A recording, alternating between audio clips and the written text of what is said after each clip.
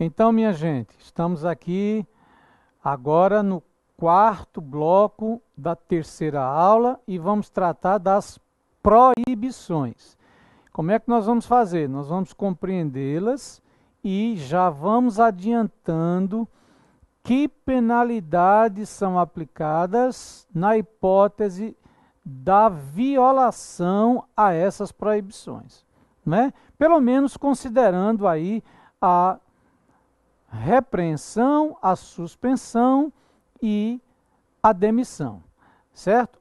Você sabe, porém, que se for um caso de demissão e o servidor já estiver aposentado ou estiver em disponibilidade, então ele não será demitido, né?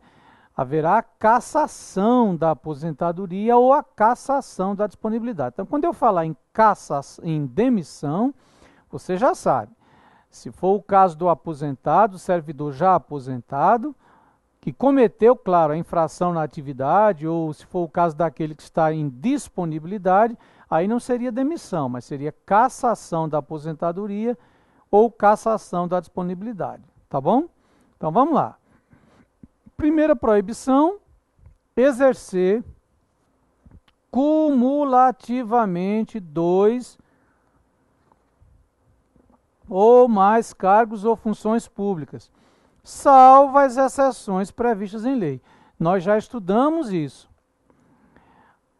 A demissão será o ato praticado quando houver violação às regras de acumulação, mas quando essa violação de fato ocorrer por má fé, certo? Então, é proibido acumular 2 ou mais cargos ou funções públicas. Está aí a proibição. Se, porém, a acumulação ocorre ilicitamente e é de má fé, é caso de demissão.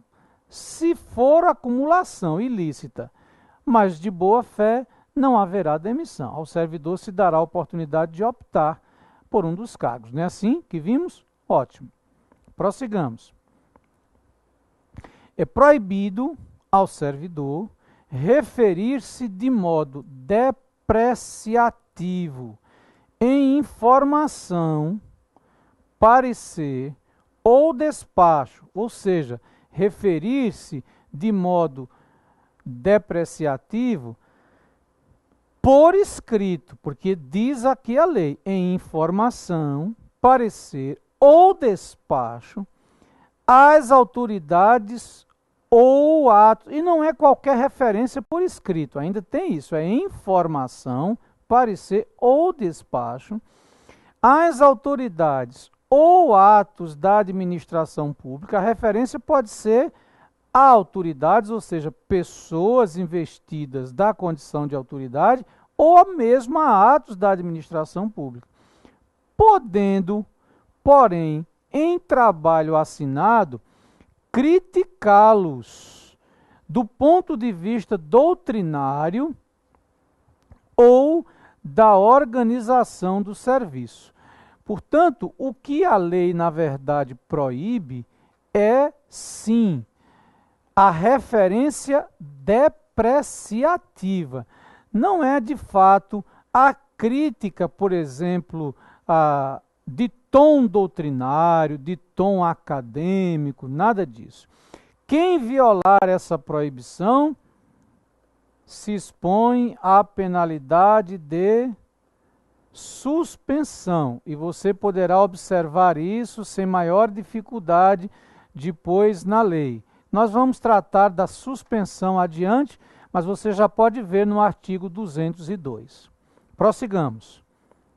Item 3, ou inciso 3, perdão. Retirar, sem prévia anuência da autoridade competente, qualquer documento ou objeto da repartição.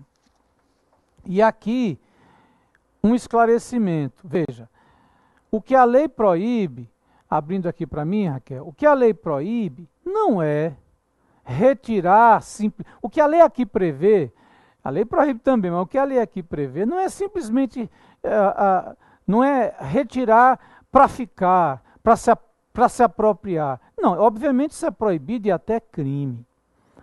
O simples retirar um objeto ou um documento da repartição sem prévia autorização da autoridade competente é proibido.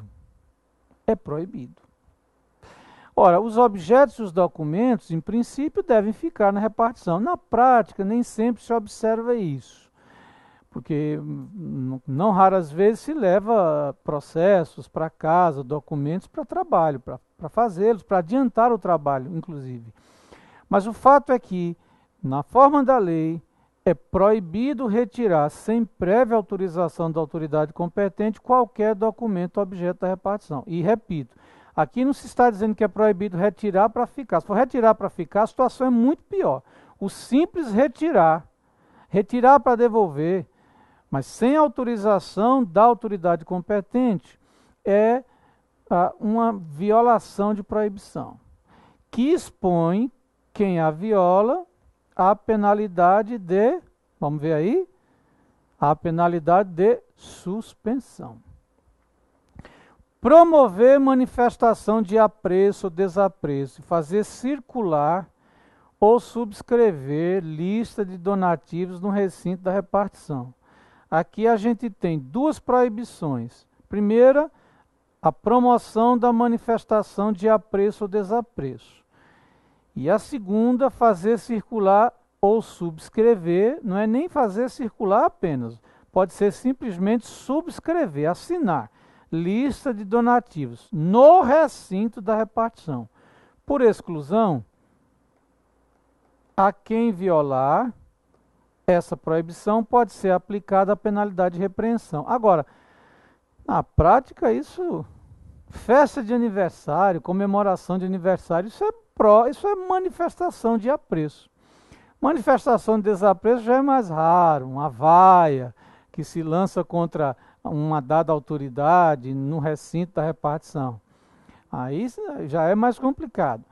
Mas também o fazer circular ou simplesmente subscrever lista de donativos, a lei proíbe. Parte dessa proibição, que a gente na verdade vê que o inciso traz mais de uma proibição, na verdade. Nós temos duas, e até poderíamos dividir em três, né? Ou quatro. Proibida está a manifestação de apreço, manifestação de desapreço, fazer circular a lista de donativos ou mesmo subscrever. Então a gente podia desdobrar em 4 proibições. Ensejaria a quem violá-las ou a quem violar qualquer delas a sanção de repreensão. É por exclusão que a gente chega aqui a essa penalidade. Embora na prática, enfim, haja muita complacência com as manifestações de apreço, especialmente. Vamos voltar aí para a lei. Valer-se do cargo para lograr proveito pessoal de outrem. A expressão de outrem não aparecia, passou a aparecer com a alteração que a lei sofreu recentemente, pela Lei Complementar 316, agora de 18 de dezembro de 2015. Então, valer-se do cargo para lograr proveito pessoal de outrem em detrimento da dignidade da função pública. O cargo não pode ser um instrumento, na verdade, para o servidor, ou mais precisamente, o servidor não pode valer-se do cargo para lograr proveito pessoal, ou mesmo para obter proveito para outrem, quando isso atentar contra a dignidade, quando isso de fato ofender, agredir a dignidade da função pública. Não é? É claro que se eu trabalho e eu recebo a remuneração, de algum modo eu estou me valendo do cargo, mas isso não atenta contra a dignidade da função pública. Eu não posso valer-me do cargo para meu proveito, o proveito de outrem, não é? Agredindo a dignidade da função pública. O cargo, na verdade, é provido, as atribuições do cargo são exercidas justamente para a concretização, não é, do interesse público. Portanto, eu não posso, na verdade, proceder de maneira nenhuma de modo a que esse interesse público seja desatendido ou reste desprestigiado porque eu estou usando o cargo contra ou de maneira indigna, mais precisamente, em detrimento da dignidade da função. E nós sabemos que há muitas formas, sim, de usar, de valer-se do cargo contra a dignidade ou em detrimento da dignidade da função pública, né? Existem inúmeras formas para fazê-lo. Aquele, por exemplo, que se vale do cargo, né, para obter vantagem indevida, seja financeira ou não, para praticar determinado ato, né? Esse sim também está atentando contra a dignidade da função pública. E quem o fizer se expõe, se for um titular de cargo público, na Lei 6123, não importa se for um titular de cargo efetivo ou um cargo em comissão, quem violar essa proibição se expõe à demissão. Olha aí, quem violá-la se expõe a sofrer a penalidade de demissão. A mesma coisa em relação ao inciso 6, coagir ou aliciar subordinados com o objetivo de natureza político-partidária, aquele que o fizer. E veja que esse preceito ele é direcionado aos chefes, quer dizer, aqueles que exercem posição de superioridade hierárquica. Porque ele diz é proibido coagir ou aliciar subordinados. Quem tem subordinado é aquele que ocupa posição de superioridade hierárquica, com o objetivo de natureza político-partidária. Quem o fizer se expõe, o servidor que o fizer se expõe a sofrer a penalidade de demissão. Participar de gerência ou administração de empresa comercial ou industrial. Olha, o que veda o inciso 7 é a participação em gerência ou administração de empresa comercial ou industrial, salvo em se tratando, embora a lei diga órgão, na verdade seria em se tratando de entidade da administração indireta. Então, aclarando, se um servidor submetido à Lei 6123/68 é presidente de uma empresa da administração indireta do Estado de Pernambuco, ele não viola essa proibição. Mas, se ele for gerente ou administrador de uma empresa comercial ou de uma empresa industrial, ele violará essa proibição. E a violação a essa proibição pode acarretar na forma da lei a penalidade de demissão. Da mesma maneira, veja aí na tela, exercer o comércio ou participar de sociedade comercial. A lei proíbe, além da participação em gerência ou administração de empresa comercial e industrial, como está no inciso 7, a lei proíbe exercer o comércio ou participar de sociedade comercial, exceto como acionista, cotista ou comanditário. Portanto, na forma da lei, é possível a um servidor, por exemplo, ter ações. Ele pode ter ações, não é o fato de tê-las que vai expô-lo à demissão. Se, porém, ele se torna comerciante, não é? Ele se expõe aí a sofrer a penalidade de demissão, conforme nós veremos adiante quando estudarmos o artigo 204. Atuar como procurador ou intermediário junto a repartições públicas, salvo, aqui eu tenho uma proibição. É proibido ao servidor atuar como procurador ou intermediário junto a repartições públicas, salvo quando se tratar de benefícios previdenciários. 1. Assistenciais. 2. Vencimentos e vantagens. 3. De parentes até o 2º grau e de cônjuge ou companheiro. Agora, por que essa exceção?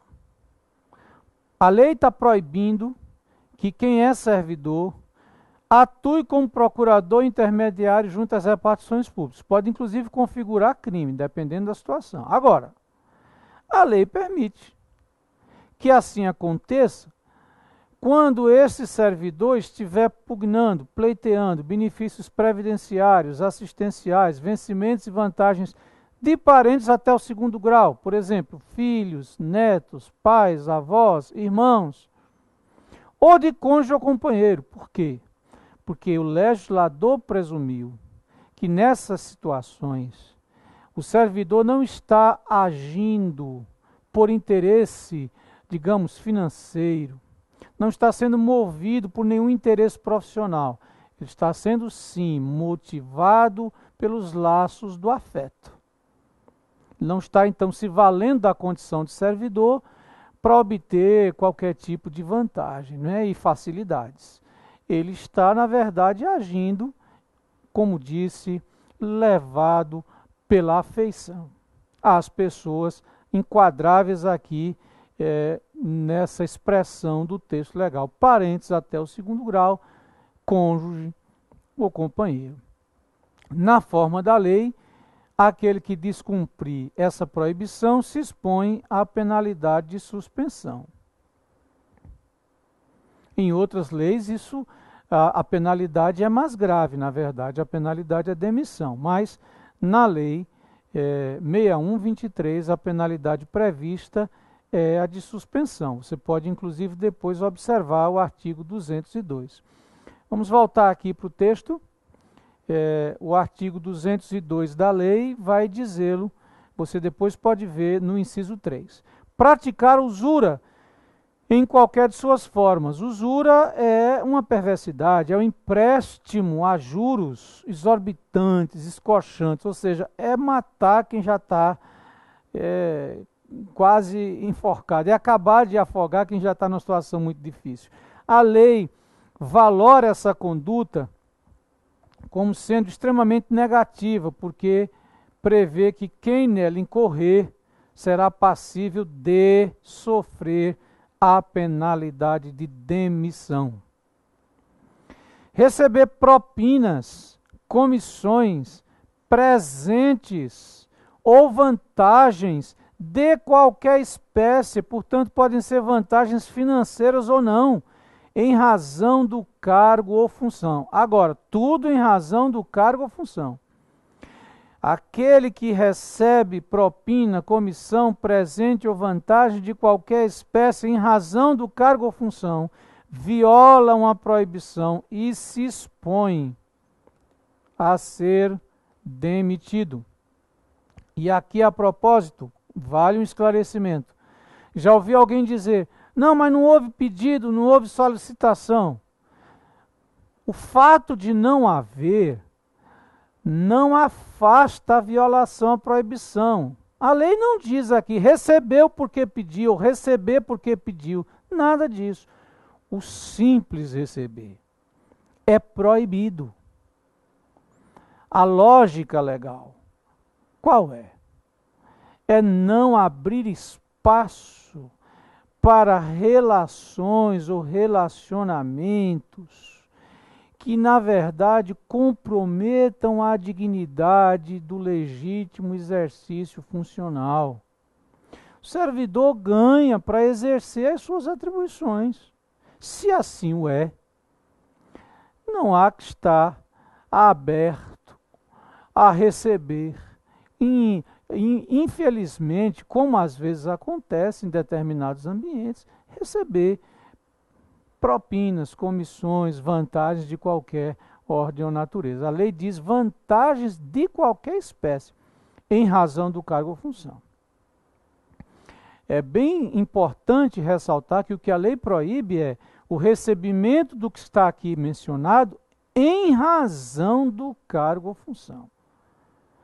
Certo? É isso que não pode acontecer.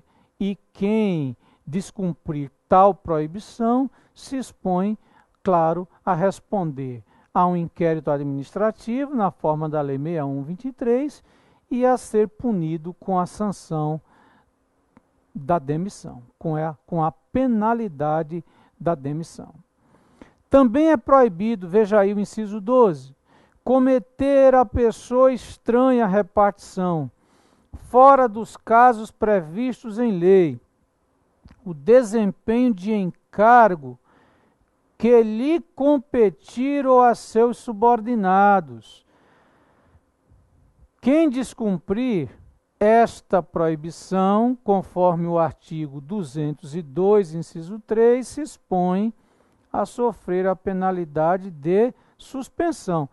É proibido cometer, quer dizer, atribuir à pessoa estranha à repartição, fora dos casos previstos em lei, o desempenho de encargo que lhe competia ou a seus subordinados.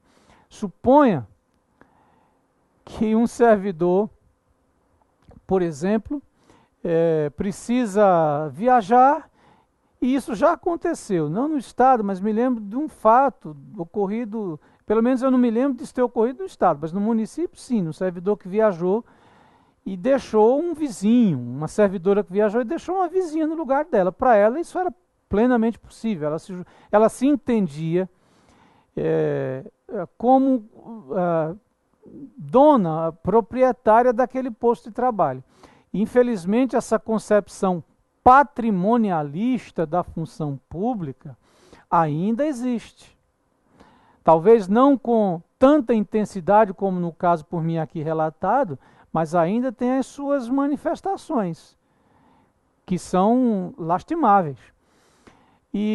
Mas suponha que um servidor então viaje e diga, olha, fica aí vizinho no meu lugar até eu retornar. Depois de um mês ele retorna e volta a trabalhar como se nada tivesse acontecido. A lei proíbe cometer a pessoa estranha à repartição, fora dos casos previstos em lei, o desempenho de encargo que lhe competir ou a seus subordinados. Veja que a proibição, ela aqui se dirige ao servidor comum e àquele também que tem subordinados, ou seja, aquele que exerce superioridade hierárquica, aquele que está então em posição de chefia. Voltando à lei, promover direto ou indiretamente a paralisação de serviços públicos, veja, isso aqui, esse preceito foi revogado pela Constituição, porque seria o mesmo que dizer que o servidor não pode participar de greve. E nós todos sabemos que o direito à greve está consagrado constitucionalmente no artigo 37, inciso 7. 37, inciso 7. Então, não consideremos esse preceito, né? De qualquer modo, ele está aqui na lei, mas, enfim, nós sabemos que a Constituição, sim, consagra o direito de greve no artigo 37, inciso 7. Aceitar comissão, emprego ou pensão de governo estrangeiro sem prévia autorização do presidente da República. Aqui eu não quero fazer maiores comentários, inclusive, sobre essa autorização do presidente da República, se seria o caso mesmo da autorização do presidente da República ou do governador do Estado. Para nós isso não é mais importante, porque para a prova interessa é a letra da lei. O que é importante, sim, é compreender a lógica dessa proibição. O servidor não pode aceitar comissão, emprego ou pensão de Estado estrangeiro. Por quê? Sem autorização da autoridade competente. O que é que a lei pretendeu com essa proibição? Arredar, afastar o conflito de lealdades. Suponha que um servidor trabalhe, claro, para o governo, um governo estrangeiro, do mesmo modo que trabalha para o governo brasileiro. Ele ocupa um cargo aqui e um cargo também na estrutura administrativa do país estrangeiro. Pode ser que na hora de decidir entre um e outro, ele embarque num conflito e decida, na verdade, contra os legítimos interesses da República Federativa do Brasil, ou no caso do Estado de Pernambuco aqui, que é parte da República Federativa do Brasil. Por isso, a proibição do inciso 14. E aquele que a violar, na lei também se expõe à penalidade de demissão, né? Vocês podem verificar isso esses casos, essas hipóteses todas de aplicação de demissão podem ser verificadas, certo? Depois no artigo 204. Vamos adiante. Agora, inciso 15. Celebrar contrato com a administração estadual quando não autorizado por lei, nenhum comentário, né?